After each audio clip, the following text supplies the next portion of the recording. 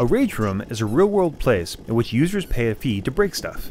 You can smash plates, take down walls with a sledgehammer, or take a baseball bat to that ceramic clown cookie jar your ex insisted that you keep.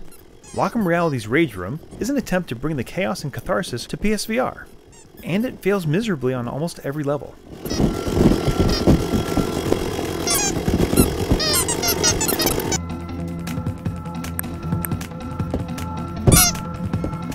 First off, there are the camera issues. There's no height adjustment slider, which is a problem, because the game is insistent that I'm only 3 feet tall.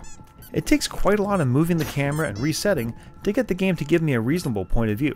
Second, this is less of a rage room and more of a piece of Portal fanfiction. From the visual design of the rooms to the clear attempt at a Gladys knockoff narration, if there is any kind of story, it can charitably be called a tribute to one of the best games of all time. But I'm not feeling particularly charitable. Those are small issues though. The real problem comes with the physics. The promise of Rage Room is being able to use the admittedly creative array of weapons to inflict damage on ragdoll dummies.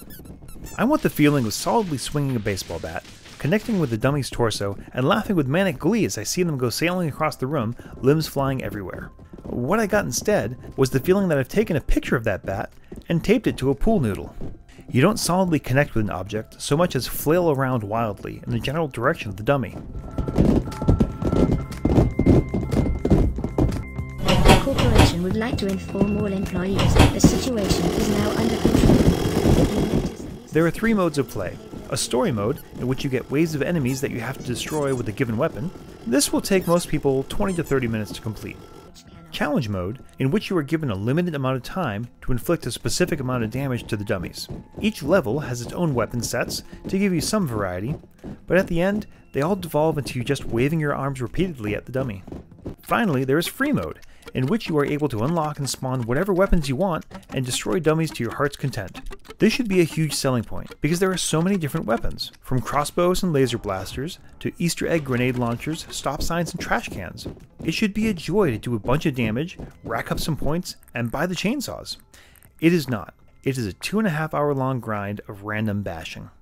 I did finally unlock every single weapon and costume, but nothing changed. No new levels, no new bots, nothing. There was no reward, and now I'm 2 hours closer to death for no reason.